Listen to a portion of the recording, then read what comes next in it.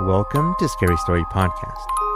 In these stories, we skim the surface of some mysterious tales that linger, from figures that appear in the night to premonitions. My name is Edwin. Here's a scary story.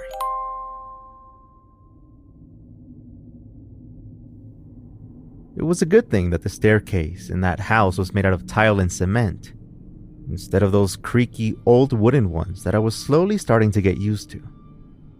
Traveling was sort of the thing that people knew me by, and as a traveler, adapting to new places was a thing to be proud of. Secretly though, I hated it. Whenever I would show up to a hostel or old hotel somewhere and I was with a group of people, friends that you meet on the road and such, they would not complain about absolutely anything. Cold water to shower? Oh, that's fine. Roaches crawling on the bed when you turn on the lights in the room? No worries. I don't know what they were thinking. I mean, obviously I couldn't expect the luxury of a hot shower everywhere I went. But there were certain things that I simply could not understand and refused to get used to. So when I finally got the chance to live in an Airbnb type place, I jumped on the opportunity. The house was a little away from the city, but right along a river that would make room for the most amazing morning walks. One of the rooms was rented, the one across from mine, and it was where some guy from California lived. Even though he was nice and everything, I avoided him because some days I simply didn't want to talk or see anybody. At the time, I used to think that something was wrong with me. But now I know that I was simply tired of the whole routine and being by myself. Day in and day out, I would have to actively try and find something to do in order not to drive myself crazy. And sometimes I would stay up late at night thinking about why or how I ended up here in some random city in South America, away from all my friends and not knowing where I was going to go next. Well, my rent was paid for, at least for the next month, so at least I knew that far ahead. Golondrina was the name of the dog that would roam around with me for most of the day, and she belonged to the owner of the house. If I wanted to go down to the ATM down the paved road, right where the cart with the woman who sold fried rice would set up in the afternoons, Golondrina would follow me. If I wanted to sit down on the curb and watch people pass by, she would sit right next to me and wait for me to stand up. I always felt like she knew where I was going and she would follow me for that reason. But honestly, I think she was just as bored as I was. She had her limits though.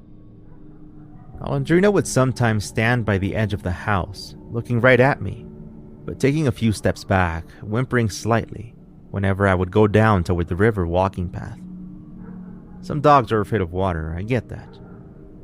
Whenever I'd come back to the house and cross the dirt road that separated the house from the river, she would walk up to an invisible barrier she had made up all by herself and stop. Once I crossed it, she would start wagging her tail and follow me back into the front yard of the house. When I brought it up to the owner, he sort of brushed it off. He never walked along the river either. That night, I could hear the sounds of a frying pan in the kitchen, and if I played this right, I would be able to go out the door before the roommate would see me. And then I'd be in the clear. When I got to the bottom of the stairs, I looked out toward the kitchen, peeking my head around the corner. Just my luck. He was sitting right on the couch in the living room, probably waiting for his food to finish cooking or something. "Hey man, you're leaving?" he asked me. I told him I was going out for a walk. There was something about going out for food that late that I was ashamed about. I don't know where that stems from, but somewhere along my timeline, someone told me that I shouldn't eat right before going to sleep. "This late?" he asked, insisting on starting a conversation. "Yes," I told him. It was hot in the room and I wanted to grab some fresh air. I was imagining the grilled chicken and potatoes from the man by the store that sold grains, fruits, and vegetables around the corner. My mind was also wondering how I would hide the takeout plastic bag if I hadn't brought my jacket or backpack. It was too late now. I couldn't go back upstairs and risk another awkward conversation.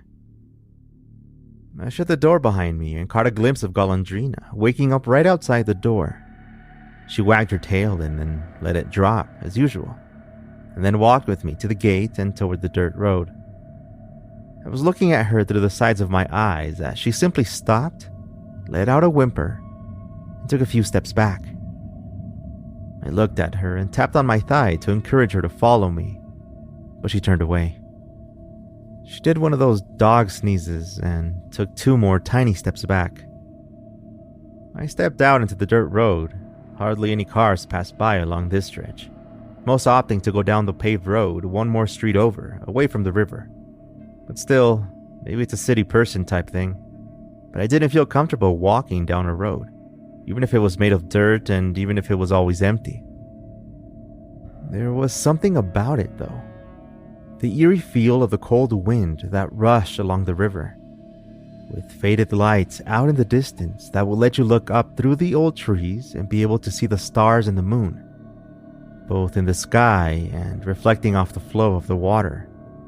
It was the thing that I liked. It was nice to have the option to avoid the paved roads for once, instead of being forced to take the only path to wherever I was going. Life always stopping me with those crosswalk signs telling me where to cross and when. It might have been my sense of alertness at the time, but I could hear a strange chirp or beep coming from where the darkness started up ahead. You know, that point where your eyes can no longer see what's in front of you? I would always hear it, sometimes late at night when I slept with my window open up the 2nd floor. It would wake me up sometimes, a strange series of sounds like cries in a very specific pattern, like the ones that birds learn to sing time and time again. I hadn't heard it clearly in a while. Despite it being familiar, I still felt the urge to either turn around or head back toward the well-lit road on the other side of the block. But I was halfway between 2 streets, cornered by the river itself. So I tried to ignore those chills I was getting, knowing that the same sounds could be coming from an animal I had never seen before.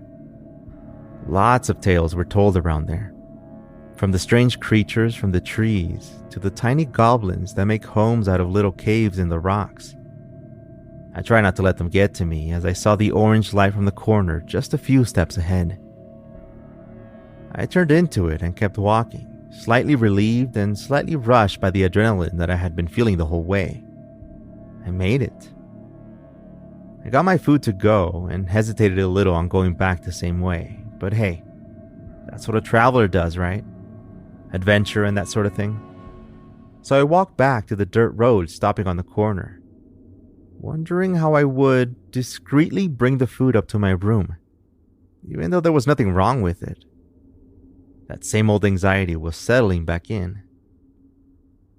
My mind was lost in thinking that maybe if I kept the bag off to the side of me and just climbed up the stairs without making too much noise, I'd be fine.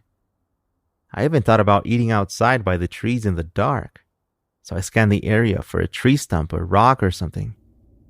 But I quickly changed my mind. The strange high-pitched sound somehow grew right in front of me this time.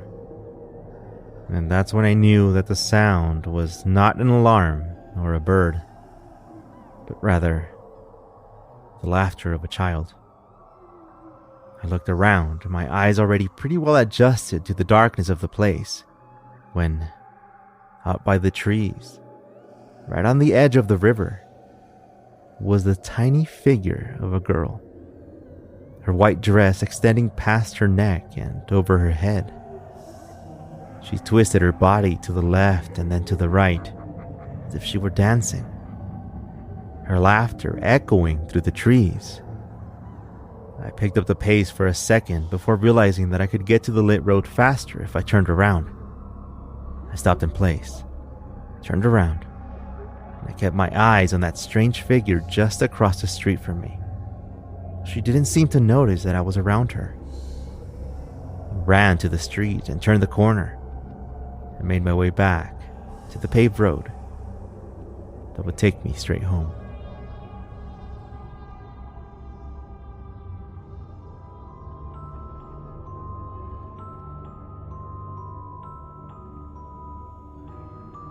I moved in with my friends during college and we had a blast.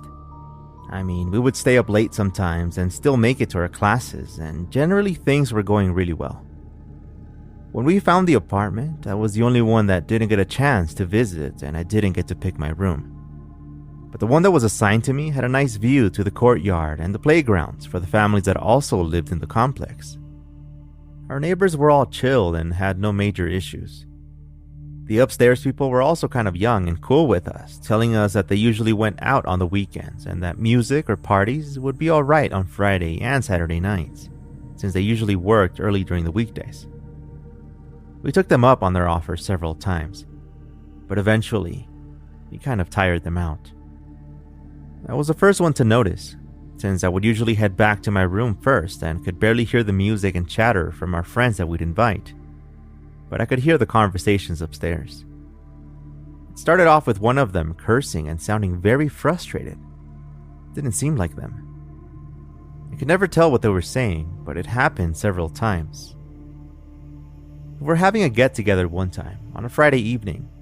It was supposed to be a calm night for the most part. But I was feeling super tired that night and left to my room a little early. I shut the door and I realized that for once, we weren't being that loud. So it surprised me to hear the same voices again, from upstairs, upset over something. In my mind, at the time, I thought that they simply wanted to go to sleep but didn't want to come bother us in order to keep coming off as the chill people that we thought they were. I was lost in my thoughts about perhaps going up to them the next morning and apologize or ask them if everything was alright. And suddenly, I heard loud thuds and things breaking upstairs. It sounded like furniture was being knocked over, literally vibrating our walls enough for the entire living room of our apartment to go silent. I came out of my room once again. It hadn't even changed yet, and I got to see everyone looking at each other, saying that they heard a scream coming from upstairs. All I had heard was the loud thuds. I found one of my roommates out on the balcony area and asked him to come with me, but I was going to ask if they were all right. He suggested that we call the police and let them take care of it, but I know that it would turn into a big deal and the neighbors would come out and everything, so I said that I would do all the talking but to please come with me. He agreed, and we walked outside past everyone standing around awkwardly, when suddenly we heard the sounds once again. I swear it sounded like an earthquake, the deep rumble of a voice shaking the entire unit. One of the girls screamed before covering her own mouth and sitting down. I could tell that this situation was getting worse on its own, so I walked ahead of my roommate and went outside and up the staircase to their apartment. The lights were off. I knocked 3 times on the wooden door, expecting a light to turn on or to hear the chatter from the couple who lived inside, but there was nothing. I knocked again, a little harder this time, but still, nothing. Silence from the apartment upstairs, just like the silence that was coming from ours. I went back downstairs and out toward the parking lot just to check if their car was there, but the spot was empty. There weren't any cars. This is why you get your neighbors' phone numbers, I guess. It was a long rest of the night and the next day until late Sunday night when I heard the upstairs neighbors' doors opening. I was in the living room waiting around for them while doing some of my schoolwork, so I immediately moved my laptop next to me on the couch and ran outside and up the stairs. "Hey," I said. The young woman opened the door again slightly, and upon realizing that it was just me, she opened it all the way and greeted me as if nothing was happening. I was lost for words when I asked her if everything was all right and that we had knocked on their door that night. My heart nearly dropped when she told me that they had been out camping for the weekend, and if there was anything that they could help me with, to just let her know. She was a little shocked, but not as much as I thought she would be when I told her about the noises we had heard. Then, she explained why. The neighbors that lived where we used to live had said that they had heard the same things, but nobody knew why. We started talking about it for a while. We were curious enough to suggest that we should call the owner. So that night, they called him. They found out the story of the tenants who used to live upstairs before they got there. It was a lone woman who absolutely hated loud noises and parties. Though it was sad, Some of the neighbors were relieved that she would no longer be there. When she died, well, I guess she never really left, did she?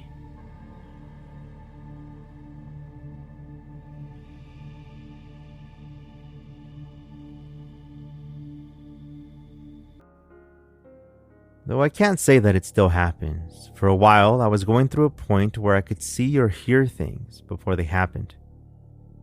It started as simple things, like, for example, one time I was walking into a Denny's diner with a couple of friends when I suddenly heard the words, "Oh, no worries, hon.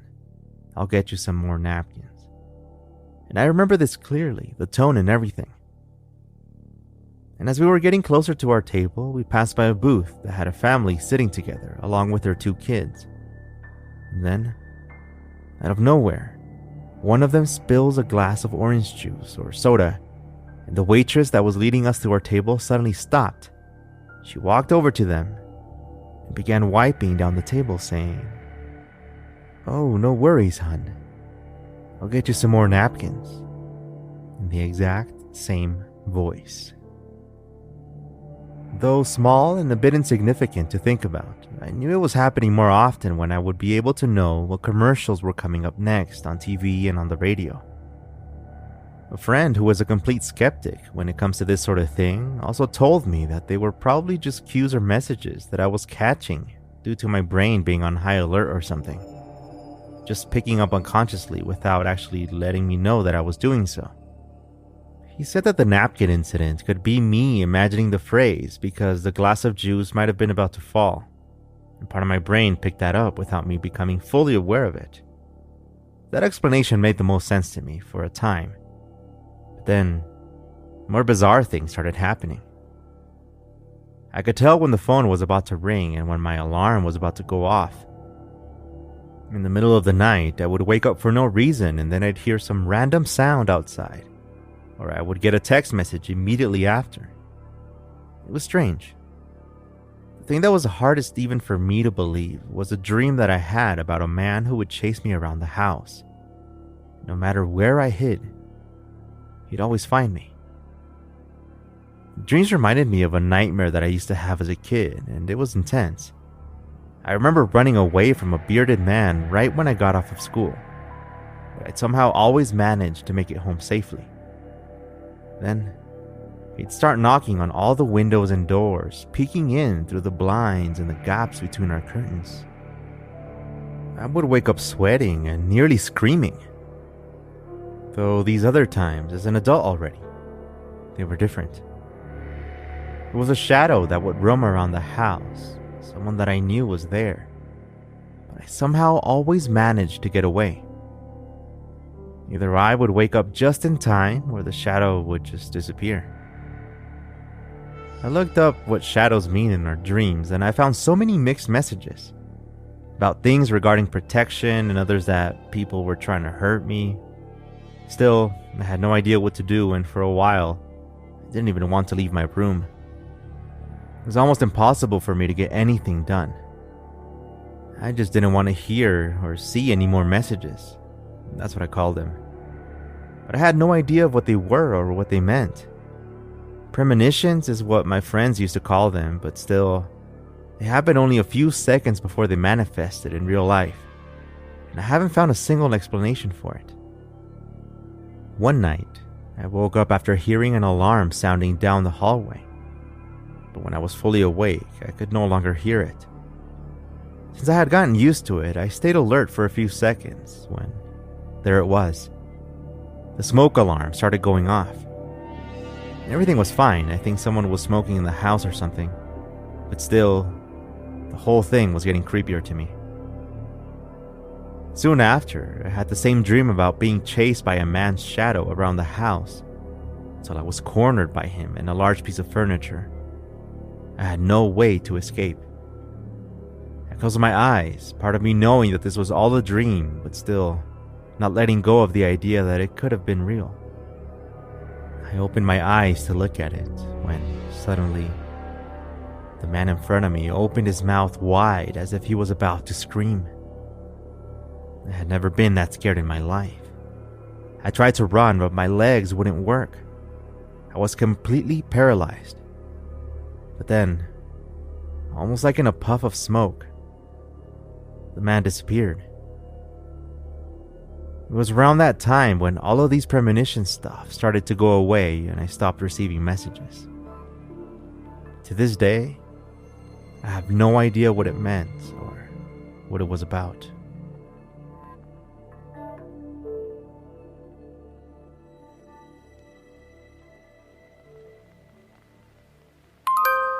Scary Story Podcast is written and produced by me, Edwin Covarrubias. If you have a true scary story you want to tell, please send me a message. It could end up on my other podcast called True Scary Story. You can submit it by going to truescarystory.com and typing a short summary about it. If you haven't yet listened to that show, be sure to check it out. They are true stories told directly by the people who experience them. Also, premium ad-free episodes are becoming available for this podcast, and you can be one of the first to get access. Be sure to click the premium link on the description of this episode to find out more, or check it out on scarystorypodcast.com. Until next time, thank you very much for listening.